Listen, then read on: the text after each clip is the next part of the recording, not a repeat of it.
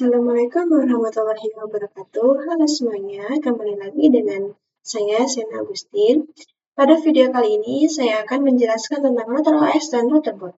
Nah, namun, seperti biasa ya teman-teman, sebelum ke materi inti, saya memiliki beberapa submateri atau cakupan materi. Yang pertama ada apa itu mikrotik router OS dan routerboard.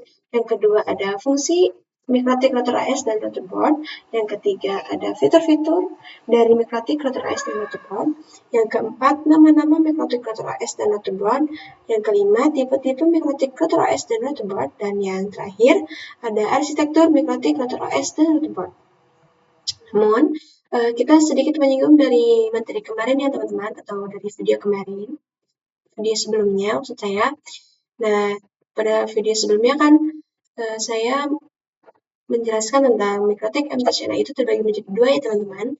Ada yang berbentuk software yaitu router OS dan ada yang berbentuk hardware yaitu routerboard. Nah, pada video kali ini saya akan membahas lebih rinci tentang mikrotik router OS dan routerboard ini. Langsung saja pada materi yang pertama yaitu apa itu mikrotik router OS dan routerboard. Jadi, mikrotik router OS adalah sistem operasi jaringan yang berbasis Linux yang dapat mengubah komputer menjadi router. Router OS dapat digunakan untuk peruteran, jaringan nirkabel, firewall, pengaturan bandwidth, dan fungsi networking. Yang kedua ada mikrotik routerboard.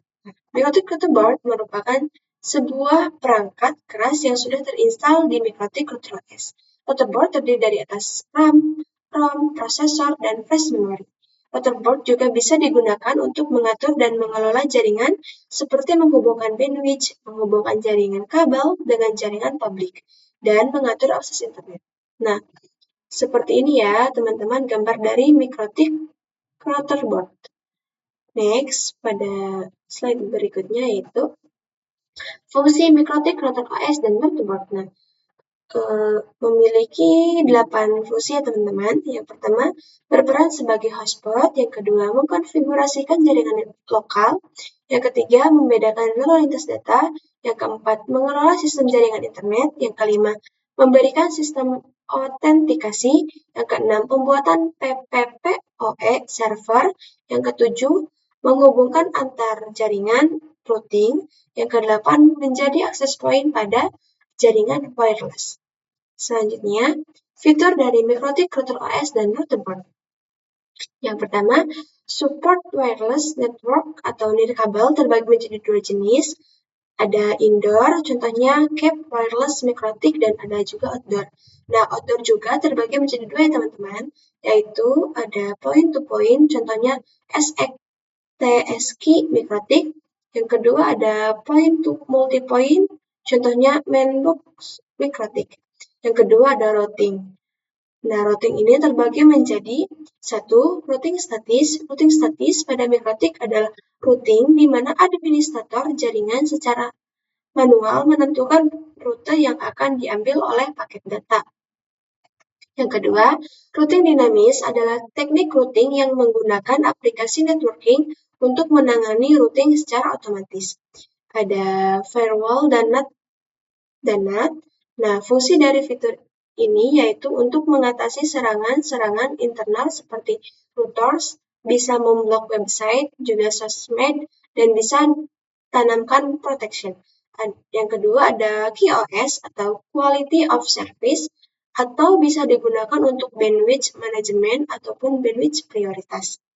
Yang selanjutnya ada point-to-point tuning atau VPN atau PPTP, PPPoE, SSTP, dan OpenVPN. Nah, selanjutnya ada user management. Ya, berupa DHCP atau proxy, hotspot atau radius. Yang selanjutnya ada tools. Bisa berupa bandwidth test, torch, mapping, dan MRGT. Nah, selanjutnya nama-nama mikrotik router OS dan routerboard. 3 perkategorian nama pada perangkat routerboard mikrotik. Yang pertama, jadi mikrotik ini memiliki 3 simbol nama, yaitu yang angka terakhir, maksudnya angka ketiga paling akhir, yaitu seri atau konstruktor. Angka kedua paling akhir ada jumlah port Ethernet, dan yang terakhir ada jumlah slot mini PCI atau wireless. Yang kedua, Word, Omnic, TIK, Groove, SXT, LHG, Dynamdis, CAP, WAP, HAP, dan HEX. Yang ketiga ada exceptional naming. Nama disederhanakan dan disesuaikan dengan tahun pengembangan dan biasanya Ethernetnya lebih dari 9 port. Contohnya RB600, 800, 1000, 1100, 1200, 2011, 3011, dan 4011. Next, tipe-tipe mikrotik router OS dan routerboard. Nah, RB di sini menunjukkan routerboard ya teman-teman. Angka 9 menunjukkan 900 series, angka 5 menunjukkan Ethernet, angka 2 menunjukkan wireless, dan yang UI menunjukkan Featureboard. Selanjutnya ada 5AC2ND, ini merupakan fitur dari wireless, dan yang terakhir ada TC yaitu jenis casing. Selanjutnya ada beberapa simbol nama pada mikrotik adalah yang pertama A. Memori lebih tinggi dan level lisensi lebih tinggi. 5. Menandakan perangkat FRAC 5 GHz. AC menandakan perangkat sudah support protokol 802.11 AC. D menandakan perangkat menggunakan dual CAN. 2 menandakan perangkat FRAC 2.4 GHz.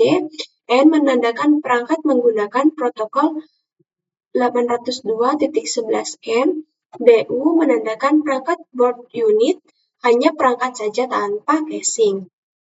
Selanjutnya, IN menandakan perangkat indoor enclosure, casing indoor, tanpa mounting untuk crack. RB menandakan perangkat merupakan routerboard series. 900 menandakan perangkat merupakan series dari perangkat tersebut sebagai seri 900. U menandakan perangkat memiliki port USB. I menandakan perangkat mendukung PoE out 1 port. Dan H yaitu menandakan more powerful CPU. Selanjutnya, arsitektur mikrotik router OS dan routerboard. Arsitektur routerboard dibedakan beberapa jenis dan kinerja prosesor. Nah, di sini ada MIPSBE, yang kedua ada SMIPS, terus selanjutnya ada TILE, selanjutnya ada PPC, selanjutnya ada ARM, selanjutnya ada X86, selanjutnya ada MIPSLE, dan yang terakhir ada MMIPS. Nah, ternyata sudah habis ya teman-teman. Kurang lebihnya mohon maaf, dan semoga kalian bisa mengerti dari video kali ini ya teman-teman. Selamat bertemu di video selanjutnya. Terima kasih. Wassalamualaikum warahmatullahi wabarakatuh.